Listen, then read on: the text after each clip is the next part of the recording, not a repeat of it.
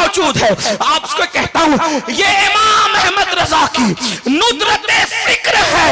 انہوں نے یہ نہیں کہا کہ واللہ جو مل جائے ملنے میں اور ملنے میں فرق ہے, ملنے میں اور ملنے میں فرق ہے. اگر جھارکھنڈ والے گفتگو سمجھ رہے تو توجہ کریں. ملنے میں اور ملنے میں فرق ہے.